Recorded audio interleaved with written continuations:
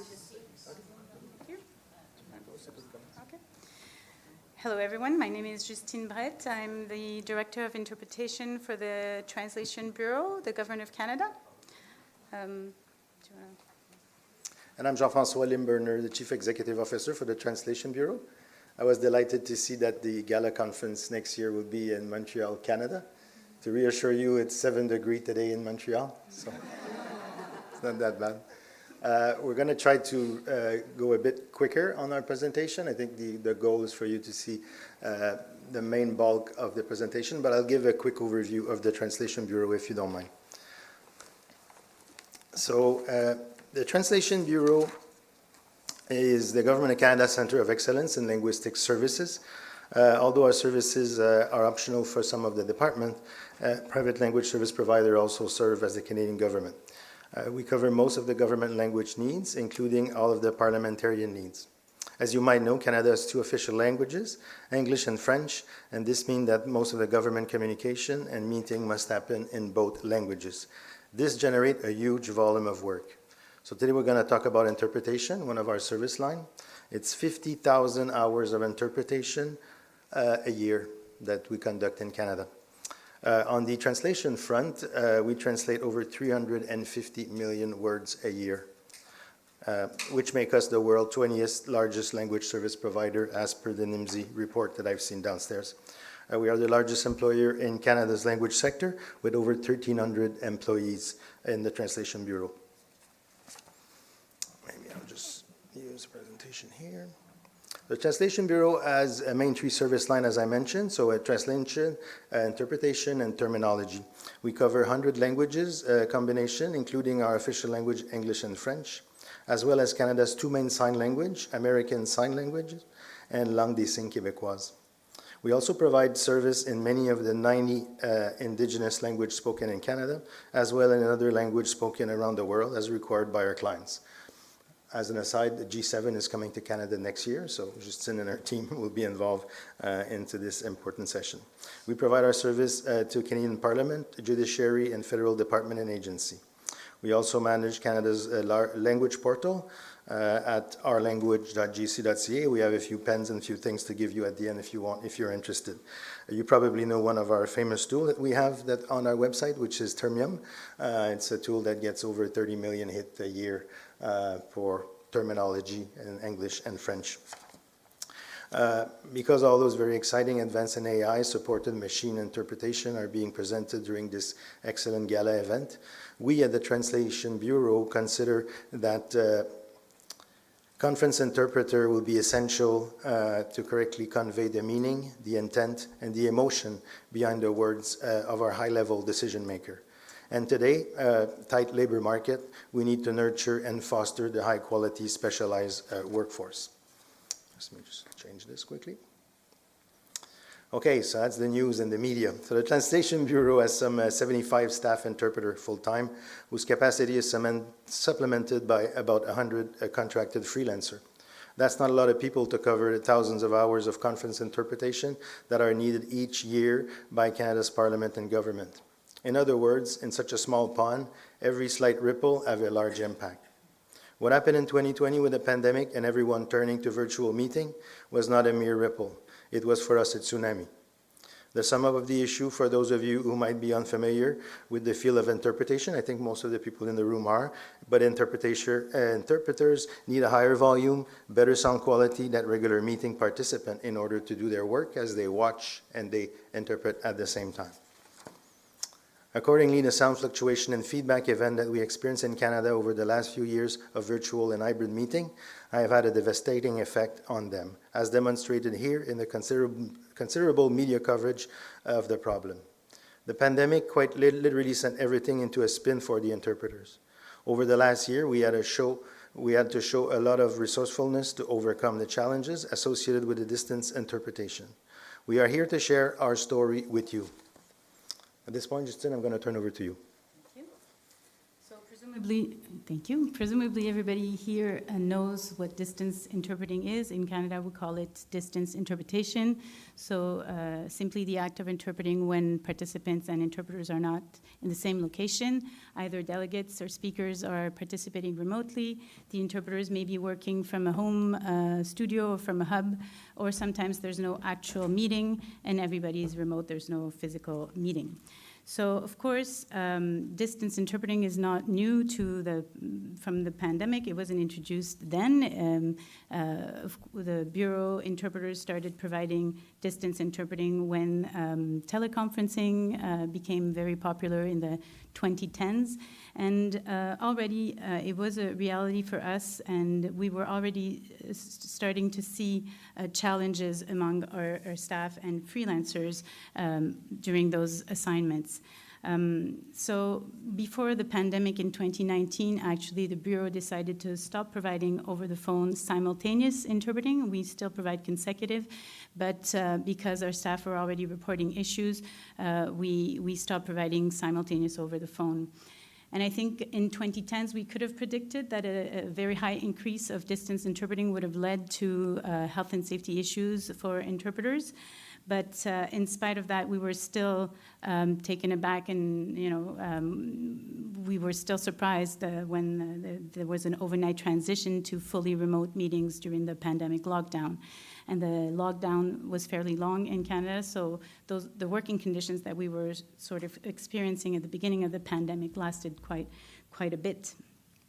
And so you can see here on the slide that the number of incident reports really spiked from 2020 to 2022. Thankfully, you can also see in 2023 that the numbers have gone down thanks to a gradual return to in-person participating in meetings, and also thanks to the hard work that we've done introducing measures to better protect interpreters. Next slide. Yep. Thank you. So in order to protect them, we really needed to understand what was going on.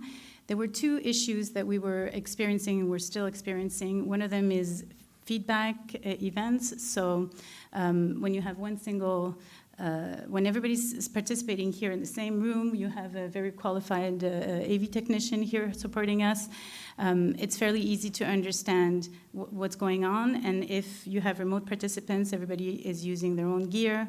Some of them are not even using microphones. They have their own internet connection. It's like having various audio-visual systems interacting with one another, and sometimes the remote participants' interaction with the application, interaction with the in-person sound system can create issues. The sound is usually poorer. People tend to jack up the volume either of the speakers in the room. Sometimes we've had a lot of issues with earpieces. And so the interpreters are frontline and they get exposed to very loud noises, very loud sounds. And the literature is quite vast on the impact of loud sound on the human ear, but there is very little research being done on the impact of compressed and overprocessed or processed sound from video conferencing platforms. And our interpreters were reporting symptoms such as ear pain, tinnitus, hyperacusis, so hypersensitivity to sound, fatigue, headaches, even when they had not been exposed to feedback incidents. So barely by being exposed over time to a video conferencing sound. So we really needed to understand what was going on. We wanted to know if virtual sound was more harmful than on-site sound. And we needed to find evidence to support the best decision-making. So in order to do that, we sought the help of experts. You can see on the slide the numerous groups that we have partnered with in order to understand what was going on. We did some broader studies, such as a survey with CSA Research on the working conditions of interpreters working for public institutions around the world. But we also wanted to have more specific studies with on the ground to understand what was going on and what basically our interpreters were getting, what kind of sound they were getting when they were doing their work to understand the situation. And one of the experts who collaborated with us in those studies was Dr. Sébastien Guinet. He's an expert, an acoustics expert from the National Research Council of Canada, and he came in and really analyzed the sound that the interpreters were getting when they were working so that we could understand what was going on. So he wasn't able to be here with us, but he provided a video, which I hope we'll be able to play. Hello, my name is Sébastien Guinet, and I'm a Senior Research Officer with the National Research Council of Canada. In 2020 and 2021, NRC was approached by the Translation Bureau to perform a series of tests related to the quality of sound received by interpreters. From 2021 to 2023, NRC performed 3 rounds of testing in a Canadian House of Commons. A Brüel and Kjær head and torso simulator type 5128 or HATS was used. The mannequin has realistic ear and mouth.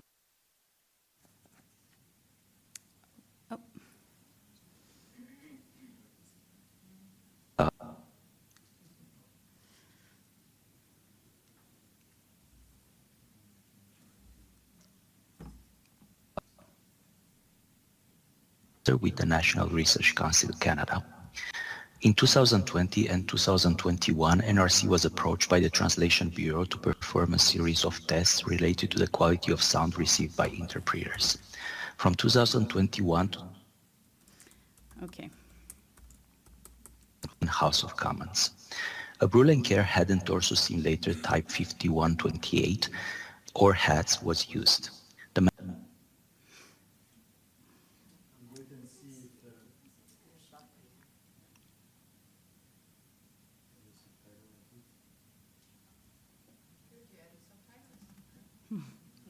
eardrum. The first testing campaign we performed that the speech signals provided by the audio-video system to the interpreter booth using several selected microphones and headsets as shown in the table, as well as various Zoom links. The video system at both the House of Chamber and committee rooms were tested. Within the House of Commons chamber, a major signal degradation in the form of multiple notches was observed at the interpretation console output, both for in-person and for virtual meetings configurations. This was identified as one of the sources for speech quality degradation previously reported by interpreters. The testing conducted in the committee room and at the House of Commons chamber were in all aspects detail identical.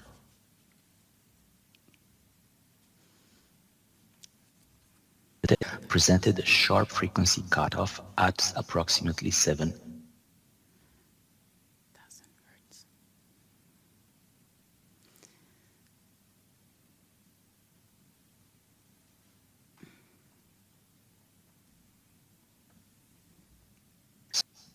modified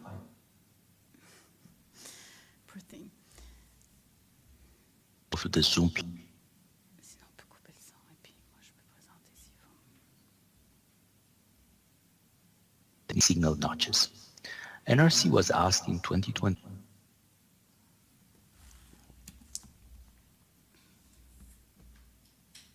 audio signal frequency range was extended from 7 kHz to 13 kHz.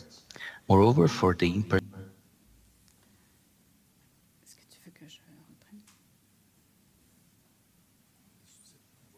Ok.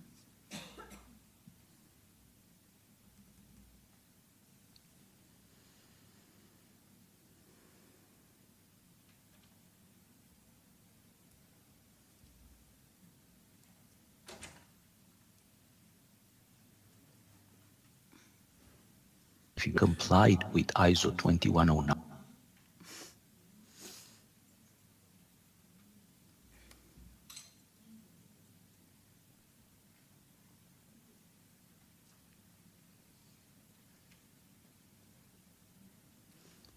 C'est juste 5 minutes. ATD was to confirm that the average sound pressure levels the interpreters are exposed to during real-life committee this point in time. I think we can summarize a little bit what you would get out of the video, and it's great that the subtitles were there. But essentially, it was a scientific approach to sound with real testing in the cabin for the interpreter. Here in Canada, for us in Canada, we have to interact with the House of Commons audiovisual team and the people that are providing the technology. So through that study, we were able to identify there was a problem with the way the Zoom was configured in the House of Commons and in the Senate, and it was creating a spike in the sound. So we were able to correct that, at least. So when we were within the Parliament, the situation got a lot better. This is why we saw a steady decline in the incident for the interpreter. There's a couple of other things. Some of you were in the room before for the presentation on ISO standard. So Labour Canada also instructed the Bureau that every session, parliamentarians, any witness that comes needs to have a ISO-approved microphone, wired one. So initially, as you remember, and I think Justin mentioned when the pandemic hit, everybody used their earbuds, Bluetooth, all kinds of signal, as you saw today, even video, and the sound was not good. I must say that now in 2024, everybody, any public servant that goes into any committee, any session, any hybrid session, it's part of their behavior now. They carry the ISO certified model. When we have witness from abroad, we do have a process in place as well to send ISO certified. For us, what's really important is the microphone. It's not really the hearing part. They can be delivered within 24 hours pretty much everywhere around the world. If we cannot do that, sometimes it's coming from countries that are going through some difficulties. We have a possibility with the technician to evaluate the quality. But without that, and in Canada, what we need to understand, if the interpretation stops, then the meeting stops. So there is a right for Canadians to be served either for equal quality in French and English. So you can imagine the pressure for the interpreter in the booth when something happened or somebody's hurt, that everybody's waiting for you. It's live on TV. Everybody's expecting the meeting to resume, so there's a lot of pressure. Justin? Right. So what Dr. Guinet explained is that he tested the sound and he was able to determine exactly that there was a problem with the Zoom firmware, the way it was interacting with the in-person sound. So the sound was cutting at 7,000 hertz, which is approximately the same frequency range you would get with the telephone. And also there were notches, so we were missing some parts of the spectrum that was showed also in the graph. So one of the things that we were able to do is to prompt our main client, the Canadian Parliament, to upgrade the Zoom, of course, and also to make changes. Well, we worked with the Bosch manufacturer. They changed the console so that the no protection menu setting disappeared. We removed it so that by mistake interpreters cannot choose the no protection, which means that they'll always be protected from a larceny event when it happens. The other things that we were able to do, and I think Jean-François explained that one of the issues that we have is that we provide the interpreters. They go in with their headsets and we don't have any mandate over the technology, over the infrastructure. So that can be very delicate when you're trying to control working conditions.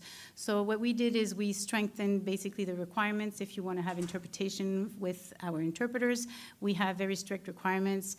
Jean-François mentioned the ISO standard microphones, so they need to reproduce from 125 to 15,000 hertz as per ISO 20109. And there's a very clear verification of those microphones. There's also protocols to test the sound before meetings so that we know what we're working with, and protocols that explain what happens in case of a feedback, for instance, how the interpreters are to act and what measures to take. And we have a preventative measure as well that we've implemented where in case of a feedback incident, the interpreters will get a 24-hour break from interpreting. And another big measure that we took, it's the first one on the slide, is as soon as the pandemic hit and we weren't able to control working conditions as well, we have reduced interpreting assignments. So interpreters working for us used to work 6 hours a day in a team of 3 working bidirectionally in a bilingual country. We work mostly bidirectionally, and so we've reduced those hours to 4, and we're waiting now on a report with the University of Ottawa, specifically on the hearing health of our staff, to determine whether that can be amended. And I think that covers the measures that I wanted to talk about.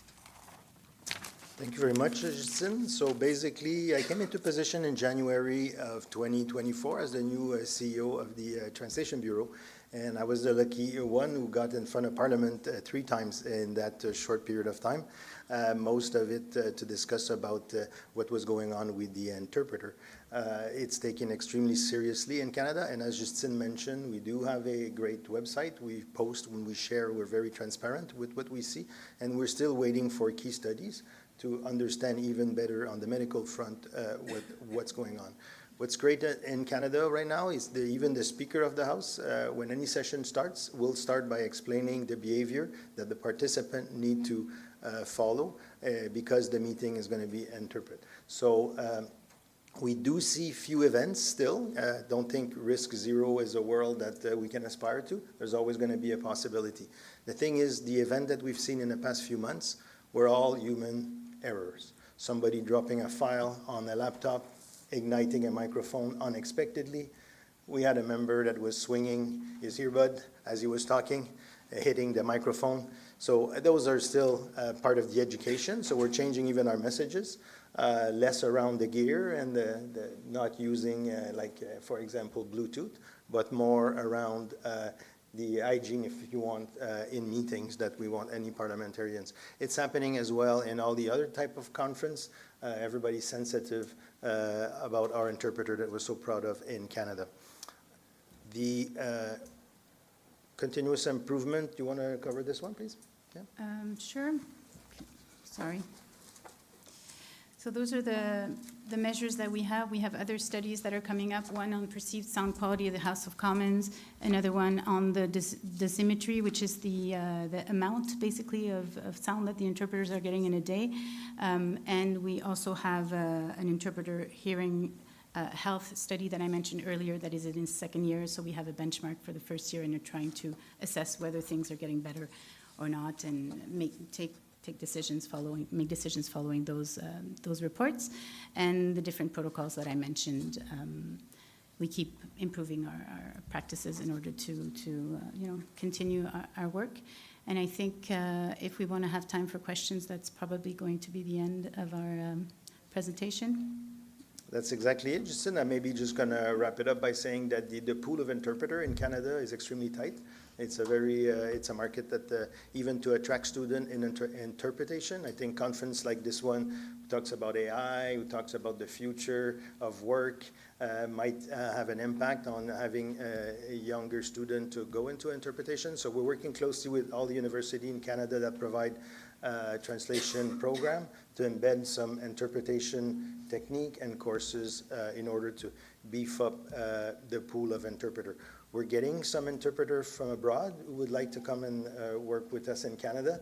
And of course, there's some security issues that we're trying to, or at least we need to bring them in Canada to perform most of their work. On this, sorry for the little glitches in the presentation. It was not a volunteer, and I'm happy to take some questions with Justine if we have time for a few questions. Yes. First of all, thank you for sharing.